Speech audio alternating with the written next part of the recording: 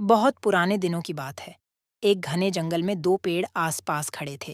एक था आम का पेड़, दूसरा था काजू का पेड़। आम का पेड़ स्वभाव से हंसमुख और विनम्र था। वह चिड़ियों को अपने शाखाओं पर बैठने देता, घोंसला बनाने देता और ताजे रसीले आम खाने को देता। वह चलते मुसाफिर को शीतल छाया देता और आंधी आती तो डटकर खड़ा रहता। परंतु काजू का पेड़ बिल्कुल भी उदार नहीं था। वह हमेशा अपनी शाखाओं का ख्याल रखता था। वह बहुत अधिक अभिमानी था कि वह बहुत ज्यादा ऊंचा है और ज्यादा हरा भरा भी। उसने कभी भी किसी पक्षी को अपने ऊपर बैठने नहीं दिया। जो कोई भी पक्षी उसके ऊपर बैठने की कोशिश करता, वह उसे भगा देता। एक दिन कुछ पक्षी काजू के पेड़ के पास आए। काजू का पेड़ बोला, ए, दफा हो जाओ यहाँ से। वहां उस आम के पेड़ के पास जाओ। तुम सब मेरी टहनियों पर बैठकर मुझे खराब कर रहे हो। वह पक्षी केवल घोंसला बनाना चाहते हैं। वह पक्षी बहुत ही सुंदर है। वह बहुत सुरीले गीत गाते हैं। पता है, सब उबाऊ गीत बेसुरी आवाज में।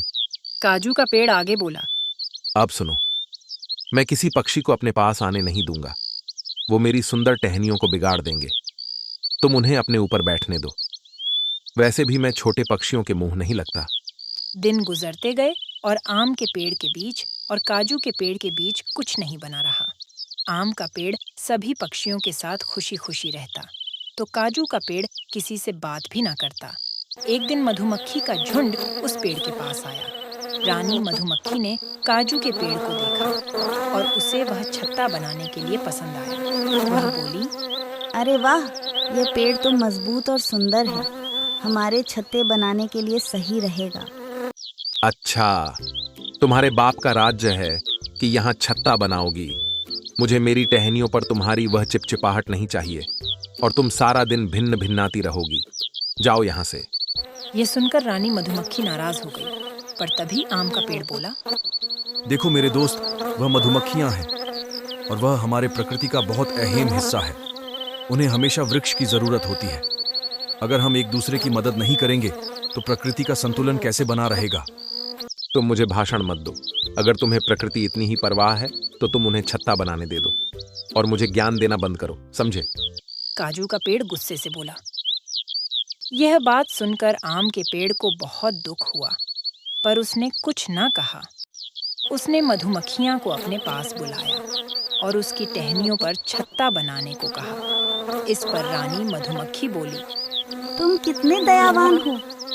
हमें तुम्हारी टहनियों पर छत्ता बनाना पसंद आएगा।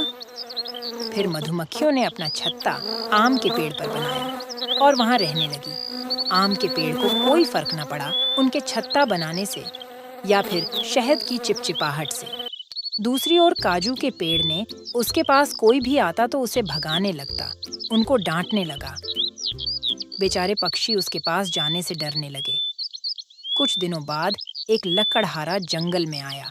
उसे घर बनाने के लिए लकड़ी की जरूरत थी। उसने आम की वृक्ष को देखा और उसे काटने का फैसला किया, पर अचानक उसकी नजर पेड़ के ऊपर मधुमक्खी के छत्ते पर पड़ी। बाप रे, इस पेड़ पर तो मधुमक्खी का छत्ता है। मधुमक्खियां मुझे डंक मारेगी अगर मैंने इस पेड़ को काटा तो। नहीं, मुझे कोई दूसरा पेड़ खोजना पड़ेगा। लकड़हारा खुद से बोला। फिर उसकी नजर पास ही खड़े काजू के पेड़ पर पड़ी। उसे वह बहुत पसंद आया। अरे, यह पेड़ तो आम के पेड़ से भी ऊंचा और मजबूत है।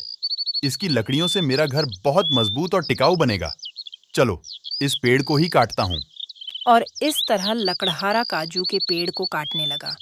काजू का पेड़ रोने लगा। अरे भाई, मुझे क्यों काट रहे हो? मैंने तुम्हारा क्या बिगाड़ा है? मुझे बख्श दो। मेरी हरी भरी टहनियों को मत काटो, मत काटो। यह कहकर काजू का पेड़ रोने लगा। आम का पेड़ सब देख रहा था। उसने मधुमक्खियों को पास बुलाया।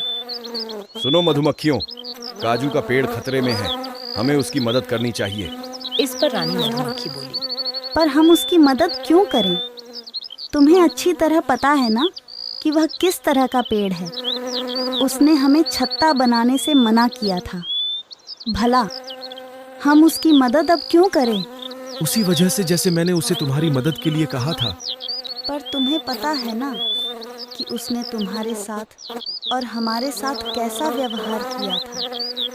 यदि वह खुद पर मधुमक्खियों का छत्ता बनाने देता तो शायद वह बच जाता।